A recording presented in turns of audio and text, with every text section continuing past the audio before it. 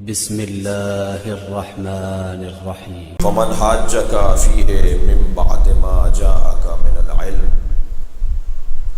بس جو کٹ حجتی کرے، بحث کرے، ضدیت کرے، دلیل اور علم آ جانے کے بعد بھی بات تسلیم نہ کرے، ان سے کہہ دیجئے فقل، بس ان سے کہہ دیجئے تعالوا ندعو ابناءنا وابناءکم، لے آتے ہیں ہم اپنے بیٹوں کو، تم اپنے بیٹوں کو، لے آئیں ہم اپنے بیٹوں کو اور تم لے آؤ اپنے بیٹوں کو، ونساءنا ونساءکم، اور ہم لے آتے ہیں اپنی بیٹیوں کو اور تم لے آؤ اپنی بیٹیوں کو، وانفسنا وانفسکم، اور ہم لے آتے ہیں اپنے جیسوں کو اور تم لے آؤ اپنے جیسوں کو، ثم نبتہل، اور اس کے بعد ہم مباہلہ کریں گے، فنجعل لعنت اللہ علی الکاذبین، اور پھر ہم قرار دیں گے اللہ کی لعنت جھوٹوں پر۔ یہ آیت کا وہ محاوراتی ترجمہ ہے جو میں نے ابھی آپ کے سامنے پڑھا۔ اس آیہ کریمہ میں تمام پنجتن کی عظمت کا بیان ہے، اور یہ آیہ کریمہ علماء کبار عالم اسلام کے نزدیک پنجتن کی عظمت کی منفرد اور خاص آیت ہے۔ آیات تو اہل بیت کی شان میں 300 سے زیادہ ہیں، مگر جس آیت پر کسی طور کسی پل کوئی اعتراض، کوئی شبہ، کوئی اختلاف نہیں ہے، ان میں سے ایک آیت ہی آیت ہے۔ پنجتن کی عظمت میں اس آیہ کریمہ میں جو بیان ہوا وہ بہت روشن ہے۔ گنجائش پنجتن سے زیادہ کی تھی، 5 تنوں سے زیادہ کی گنجائش تھی، مگر مباہلے میں 5 تن ہی گئے۔ جو لوگ پنجتن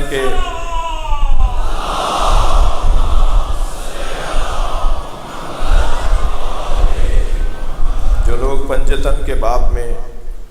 یہ پاک کا لفظ، پنجتن پاک، اس لفظ پر بھی معترض ہیں،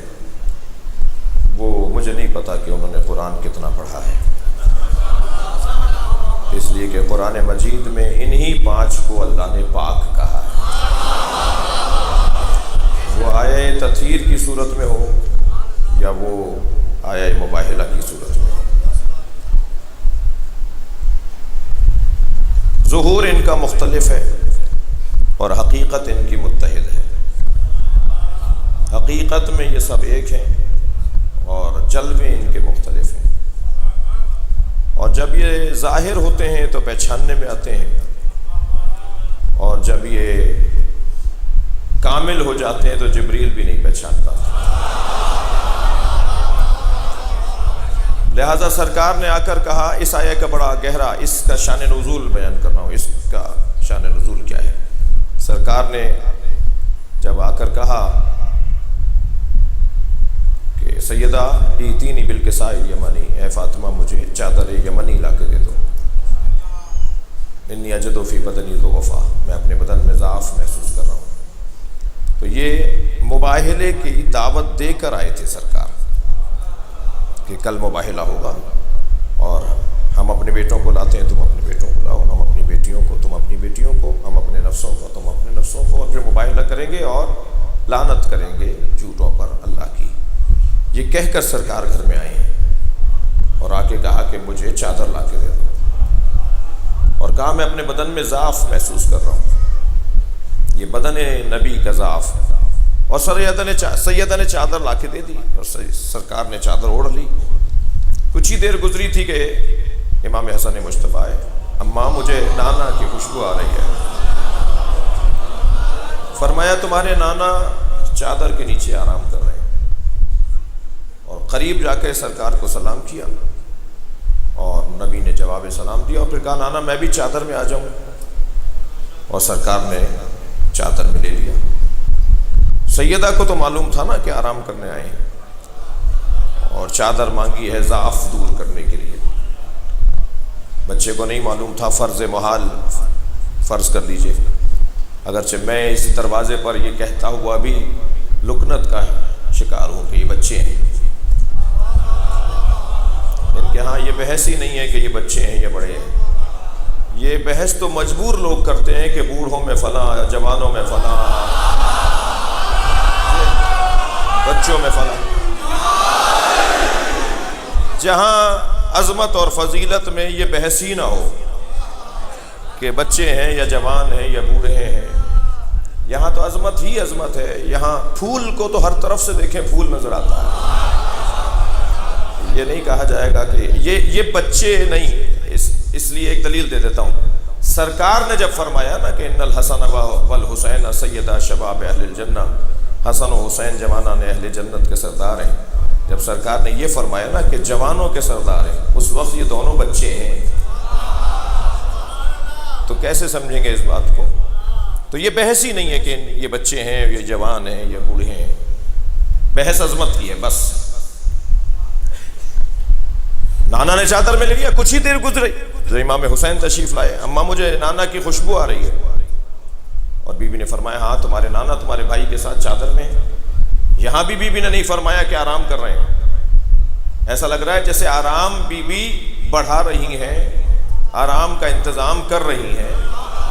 ایسا لگ رہا ہے جیسے آرام کا انتظام بڑھتا جا رہا ہے۔ اور پھر امام حسین نے بھی جا کے سلام کیا اور نبی نے جواب دیا اور چادر کی اجازت مانگی اور نبی نے چادر میں لے لیا۔ کچھ دیر بعد مولا علی آ گئے، اب یہاں یہ بات ہی ختم ہو گئی کہ بچے تھے، اور مولا علی نے پوچھا سیدہ مجھے نبی کی خوشبو آ رہی ہے، فرمایا ہاں آپ کے دونوں بچوں کے ساتھ چادر میں، اور مولا نے آ کے چادر میں جانے کی اجازت مانگی تو نبی نے چادر میں لے لیا۔ اب یہ بات تو بالکل ختم ہو گئی کہ سیدہ خود آ کے کہہ رہی ہیں میں بھی چادر میں آ جاؤں، یہ بات ہی کچھ اور ہے، یہ قصہ ہی کچھ اور سج رہا ہے، بن رہا ہے، اور آ کے کہا بابا میں چادر میں آ جاؤں، نبی نے چادر میں لے لیا سیدہ کو۔ اب یہ کتنے لوگ ہو گئے؟ یہ 5 لوگ چادر میں جمع ہو گئے، اور جب یہ 5 لوگ جمع ہو گئے تو سیدہ فرماتی ہیں فلم مکتملنا، جب ہم کامل ہو گئے، وہ میں نے ایک جملہ کہا کہ ظاہر ہو تو کچھ اور، باطن میں جائیں تو کچھ اور، جب یہ کامل ہو گئے تو جبریل نے پوچھا یا رب ومن تحت الکساء، اے اللہ اس چادر میں کون ہے؟ میرا سوال تو جبریل سے ہے کہ تمہیں نہیں پتا چادر میں کون ہے؟ بھئی تم سے زیادہ کون جانتا ہے کہ کون ہے؟ تم آیتیں لے کر آتے ہو، تم اللہ کا پیغام لے کر آتے ہو، تم اللہ کے احکامات لے کر آتے ہو، توجہ کر لی، اور یہاں سے روٹیاں لے کر جاتے ہو، یہاں سے حاجتیں لے کر جاتے ہو، تم تو جانتے ہو کہ یہ کون ہے، لیکن عجب نہیں جبریل سے پوچھا جائے تو جبریل بھی کہیں کہ جب یہ علیحدہ علیحدہ ہوتے ہیں تو پہچاننے میں آتے ہیں، جب یہ ایک جگہ ہو جاتے ہیں تو میں بھی نہیں پہچان پاتا۔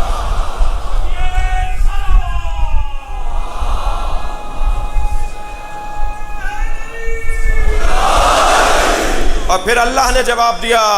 ہم فاطمہ۔ ابھی میرا بھائی ایک کلام پڑھ رہا تھا، اس میں ہم فاطمہ، یہ سب فاطمہ ہے، یہ سب فاطمہ ہے، جملہ مکمل ہے، جملہ اسمیہ ہے، جملہ خبریہ ہے، یہ سب فاطمہ ہے، حقیقت ان کی سب کی فاطمی ہے، اور فاطمہ کا مطلب جس کی معرفت ممکن نہ ہو، فطمت عن معرفتہا، جس کو پہچانا نہ جا سکتا ہو، جس کو جانا نہ جا سکتا ہو۔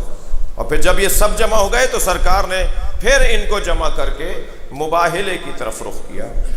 اور جب لے کر چلے ہیں تو انداز یہ ہے کہ سرکار نے وہی چادر اپنے سر پہ اڑی ہوئی ہے، امام حسین کو گود میں لیا ہوا ہے، امام حسن کی ان کو انگلی پکڑائی ہوئی ہے،